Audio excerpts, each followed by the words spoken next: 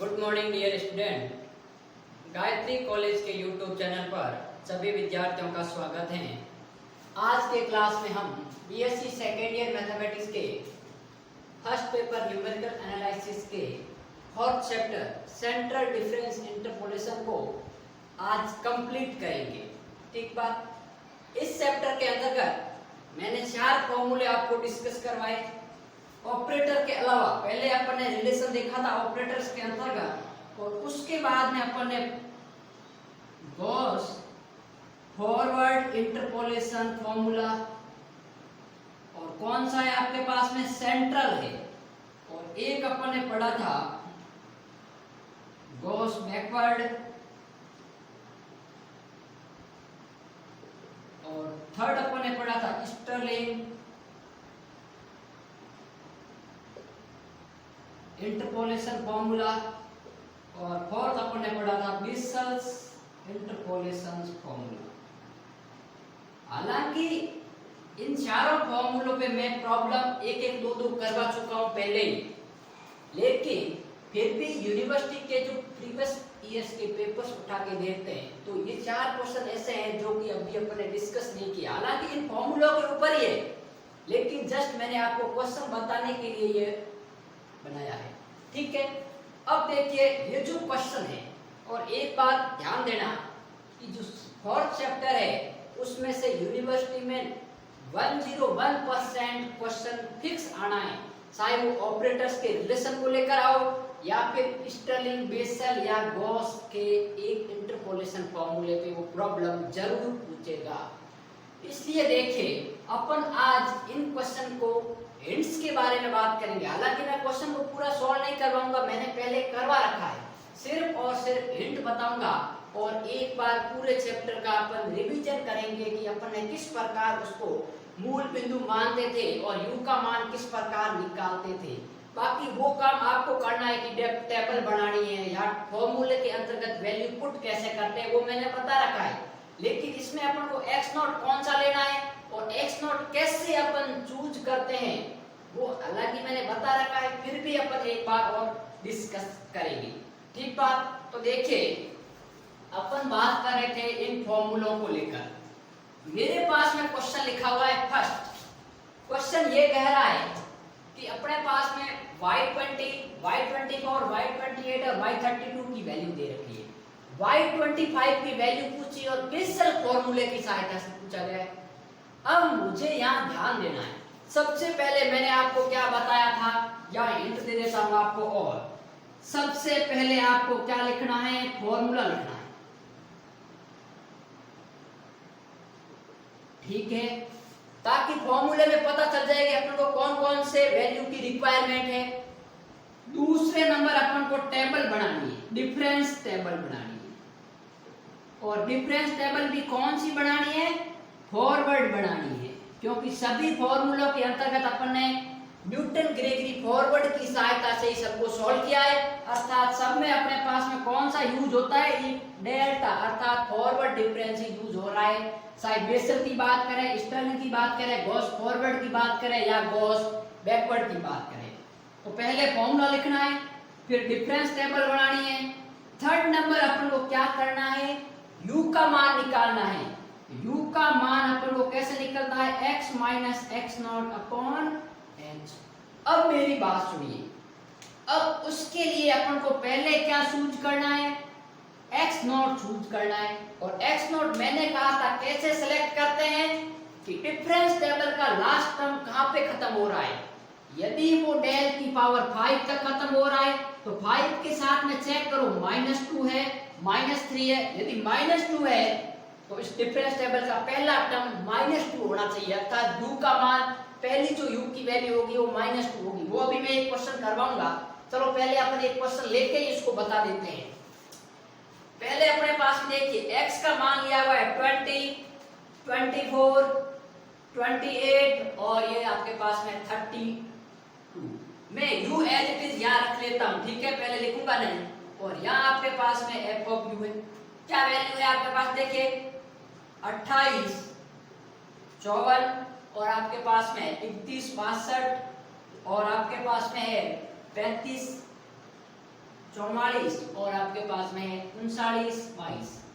अब देखिए मैं आपको बेसल का फॉर्मूला आपको लिखना है। अब मैं टेबल बना रहा हूं। देखिए टेबल बनाऊंगा तो सबसे पहले फर्स्ट फॉरवर्ड डिफरेंस, तो इसमें से इसको घटाऊंगा क्या रहेगा। देखिए 12 में से 4 गए पीछे 8 और आपके पास 6 में से 5 गए 1, 5 में से 5 गया आपके पास। देखिए यहाँ पर आपके पास में 0 और यहाँ पर आपके पास में आ गया 11 में से 8 गए आपके पास में 3, ठीक बात, और आगे 0। 4 में से 2 गए आपके पास में पीछे 2 और यहाँ 4 में से आपके पास में 6 गए। देखिए जाता नहीं, 14 में से 6 गए आपके पास में 8 और यहाँ रह गए 4, 4 में से 1 गया 3, ठीक बात, और 12 में से 4 गए पीछे रह गए 8 और यहाँ रह गए 11, 11 में से 4 गए पीछे रह गए आपके पास में 7 और यहाँ रह गया आपके पास में 8, 8 में से 5 गए पीछे रह गए 3। अब अपन सेकंड डिफरेंस निकालते हैं, del square f of u. U मैं क्यों ले रहा हूं, क्योंकि यू का मान अभी मैं निकालूंगा, इसके कॉरस्पॉन्डिंग ये एफ ऑफ यू की वैल्यू है। हालांकि यू वहां पर 20 नहीं होगा, -1 या -2 के समथिंग होगा। अब इसमें से इसको घटाएंगे तो 12 में से 8 गए पीछे बच गए 4, ठीक बात, और यहाँ पर 7 और यहाँ पर 0 और इसमें से देखेंगे तो घटेगा नहीं, तो माइनस का कितना आ गया 4 और यह आ गया माइनस का 78, यह आ गया del cube f of u. अब मेरी बात सुनिए, मैंने क्या कहा था, फॉर्मूला लिख लिया मैंने, डिफरेंस टेबल बना ली। अब डिफरेंस टेबल में मैंने कहा था कि लास्ट टर्म कौन सा आता है, लास्ट टर्म किसकी पावर है, डेल क्यूब की पावर है। और डेल क्यूब जब मैं बेसल फॉर्मूला लिखता हूं तो बेसल के फॉर्मूले में जो टर्म आपके पास में डेल क्यूब का आता है उसके साथ में y ऑफ -1 का टर्म आता है, इसके बाद डेल 4 आता है और उससे पहले डेल स्क्वायर आता है। लेकिन जब अपने पास में बेसल फॉर्मूले के अंतर्गत, मैं फॉर्मूला नहीं लिख रहा हूं, आपको बता रहा हूं कि जब डेल्टा की पावर 3 आती है तो उसके साथ में y का मान -1 आता है, u का मान क्या होगा -1। ये ओनली फॉर बेसल में होगा, स्टेलिंग में ऐसा नहीं होगा, वो चेंज होगा। वो अपन फॉर्मूला लिखेंगे तभी पता चलेगा कि फॉर्मूले के अंतर्गत, बेसल के फॉर्मूले के अंतर्गत जब डेल्टा की पावर 3 है तब y का मान -1 पर है, अर्थात u का मान -1 है। तो मैंने कहा था कि जो लास्ट वैल्यू आती है ये किसकी वैल्यू है, ये आ गई डेल्टा क्यू y ऑफ -1। और मैंने आपको ये भी बताया था कि डिफरेंस टेबल के अंतर्गत ये इसकी वैल्यू है, ये आपके पास में ऐसे वैल्यू चलती है, ये ऐसे ऐसे और ये ऐसे, और ये चलेगी ऐसे, ये ऐसे और ये चलेगी ऐसे, तो इसका कोई आपके पास में डिफरेंस निकलता नहीं है। तो ये जो वैल्यू है ये डेल क्यू y ऑफ -1, मतलब u का पहला टर्म क्या आना चाहिए -1, फिर 0, फिर 1 और फिर 2। अब ये u के मान आ गए, क्योंकि मुझे -1 ही लेंगे तभी तो ये आपके पास में डेल क्यू y ऑफ -1 मिलेगा। यदि मैं यहाँ -2 लिखूंगा तो ये वैल्यू होगी डेल क्यूब y ऑफ -2 की। लेकिन बेसल फॉर्मूला के अंतर्गत जब डेल्टा की पावर 3 है तब -1 होता है, इसलिए यहाँ यदि आपने -2 के कॉरस्पॉन्डिंग निकाला है तो वो वैल्यू आपके पास में फॉर्मूले के अंतर्गत गलत मानी जाएगी। हालांकि बता देता हूँ आंसर वही आएगा, लेकिन एग्जामिनर आपके 1 नंबर बढ़ा देगा सीधा, क्योंकि अपन को कॉन्सेप्ट क्लियर होना जरूरी है और अपन को फॉर्मूले के अनुसार इसको डालना है, ठीक है। तो अब देखिए u का मान -1 कब आएगा, जब मैं x0 क्या मानूंगा।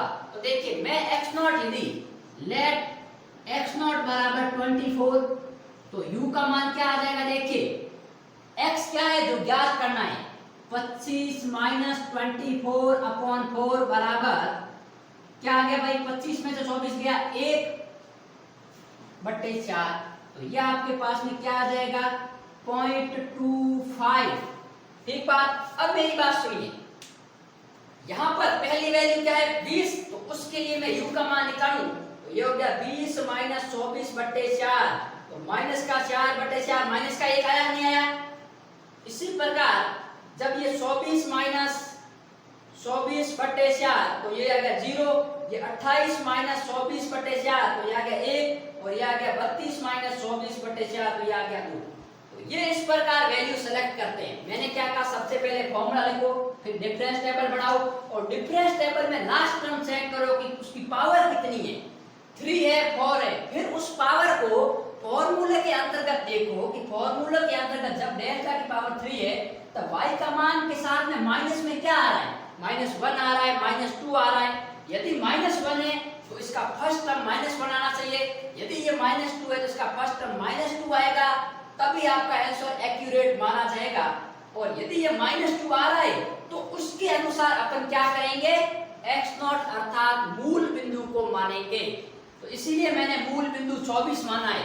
यदि मैं मूल बिंदु इफ x0 बराबर में 28 मान लेता हूं, यदि मैं मूल बिंदु 28 मान लेता हूं तो देखिए अपने पास में क्या वैल्यू आ जाएगी, यहां पर 20 माइनस 28 बट्टे 4, तो यह आ जाएगा माइनस का 2, तो यहाँ माइनस का 2, ये माइनस का 1, 0 और 1, तो उसके कॉरस्पॉन्डिंग ये वैल्यू किसकी हो जाएगी, -2।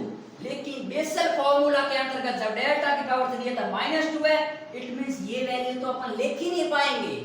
तो इसके कारण अपन को क्या करना है, सबसे पहले फॉर्मूला लिखो और फिर अपन क्या करेंगे, फॉर्मूले के अनुसार डिफरेंस टेबल बनाएंगे। डिफरेंस टेबल में लास्ट टर्म चेक करेंगे, लास्ट टर्म में देखेंगे डेल क्यूब है, फिर अपन फॉर्मूले में देखेंगे जब डेल्टा की पावर 3 है तब y का मान u के कितने कॉरस्पॉन्डिंग, ये u का मान है क्योंकि ये y ऑफ u है। ध्यान रखना, ये जो आपके पास f ऑफ u या y ऑफ u है, तो y ऑफ आपके पास डेल क्यूब y ऑफ -1, तो ये वैल्यू आपके पास में -78 है, ये डेल क्यूब y ऑफ -1 होगी। ठीक बात, तो ये इतनी बात याद रखोगे तो एग्जाम में आपके पास में क्वेश्चन कोई गलत नहीं कर सकता और कोई भी नंबर नहीं काट सकता, क्योंकि सबसे इजी पेपर है और इसमें नंबर कटते भी सबसे ज्यादा है। क्यों कटते हैं, वो इसी रीजन से, क्योंकि आंसर सब निकाल लेते हैं लेकिन प्रोसीजर किसी को राइट पता नहीं होता है, सब आपके पास में अनसेट तरीके से चलते हैं। ठीक है, तो अब ये था अपना फर्स्ट क्वेश्चन। अब अपन क्या करेंगे, फॉर्मूला लिखेंगे और उसके अंतर्गत ये वैल्यू पुट कर देंगे और u का मान अपन क्या पुट करेंगे, 0.25। अब अपन बात करते हैं नेक्स्ट क्वेश्चन की। अब देखिए नेक्स्ट क्वेश्चन में मैं सिर्फ और सिर्फ x0 और वो बताऊंगा, वो मैंने आपको क्वेश्चन, मेरे तो क्वेश्चन किए हुए इसलिए मैंने पहले ही लिख लिया कि जब डेल्टा की पावर 3 तक जाएगा ये, अभी अपन ने देखा डेल्टा की पावर 3 तक गया।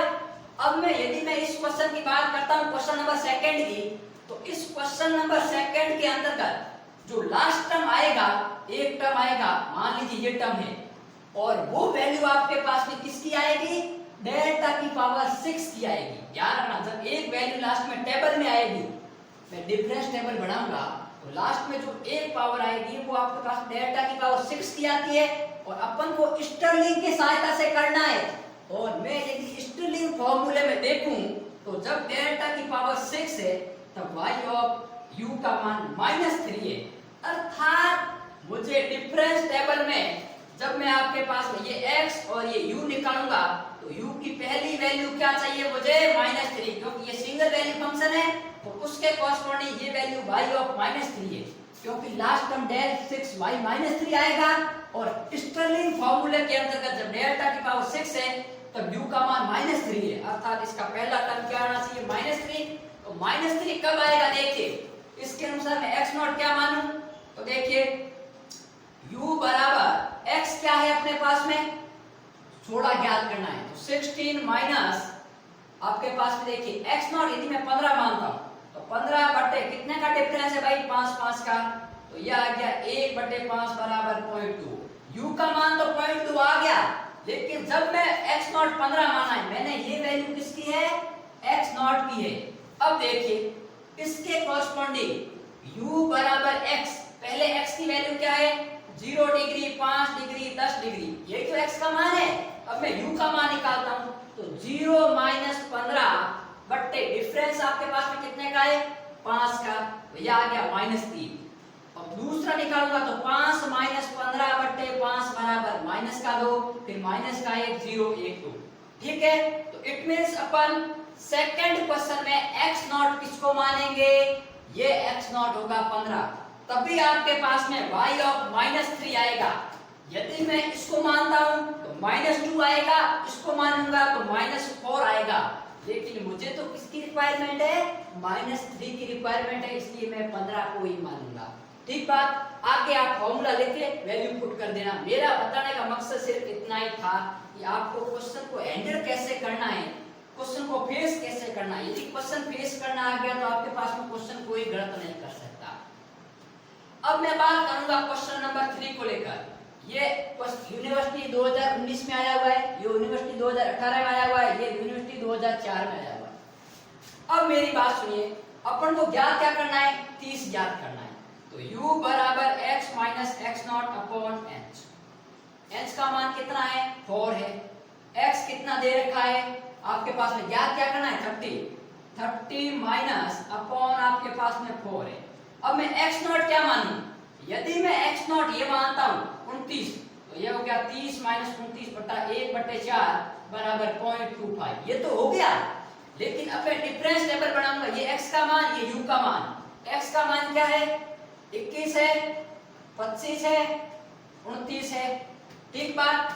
लेकिन मैंने आपको पहले ही बताया कि जब मैं इसकी डिफरेंस टेबल बनाऊंगा तो इसका जो लास्ट टर्म आएगा वो डेल की पावर 4 आएगा। क्या आएगा, डेल की पावर 4। ये मुझे पता कैसे है, क्योंकि मैंने क्वेश्चन को सॉल्व किया हुआ है, इसलिए आपको बता रहा हूं। तो ये डेल की पावर लास्ट टर्म आएगा डेल की पावर 4, और अपन को करना है गॉस फार्मूले से। तो यदि मैं गॉस फार्मूला के अंतर्गत डेल्टा की पावर 4 देखता हूं, उसके साथ में y ऑफ u का मान क्या है, -2, अर्थात इसकी पहली वैल्यू -2 आने से फिर -1 0 1 2, ये ऐसे वैल्यू आएगी। और -2 आने के लिए मैं x नॉट क्या मानूंगा, देखिए यहां पर क्या है, x क्या है 21 माइनस 29/4, तो माइनस के 8/4 बराबर माइनस के 2 आ रहे हैं, मतलब अपना x नॉट सही है। यदि मैं इसको मानूंगा तो -1 आएगा, इसको मानूंगा तो -3 आएगा, अर्थात अपना x नॉट क्या आ गया, 29 आ गया। तो u का मान क्या आ गया, 0.25, और या -2, और ये वैल्यू उस फॉर्मूले के अंतर्गत रखेंगे और डिफरेंस टेबल बना देंगे, तो अपना क्वेश्चन सही हो जाएगा, ठीक बात। अब अपन नेक्स्ट बात करेंगे लास्ट क्वेश्चन की, जो कि अपना क्वेश्चन नंबर कौन सा है, 4 है। अब मेरी बात सुनिए, अपन को ज्ञात क्या करना है, 3.75 माइनस, मैं एक बार 4 रखता हूं, तो 4 अपॉन डिफरेंस कितने का है, 0.5 का, तो समथिंग कुछ आ जाएगा, ठीक है, कोई दिक्कत नहीं, क्योंकि ये आएगा आपके पास, देखिए माइनस का 0.25 अपॉन 0.5 जो भी है, ठीक है। अब मेरी बात सुनिए, लेकिन जो इसका लास्ट टर्म आएगा, जब मैं डिफरेंस टेबल बनाऊंगा, तब डिफरेंस टेबल के अंतर्गत लास्ट टर्म आ रहा है 5, और गॉस फार्मूला के अंतर्गत जब डेल की पावर 4 हो या 5 हो, उसके साथ हमेशा -2 ही आता है। तो ये आएगा y ऑफ -2, अर्थात u का मान, पहला मान क्या होना चाहिए, -2।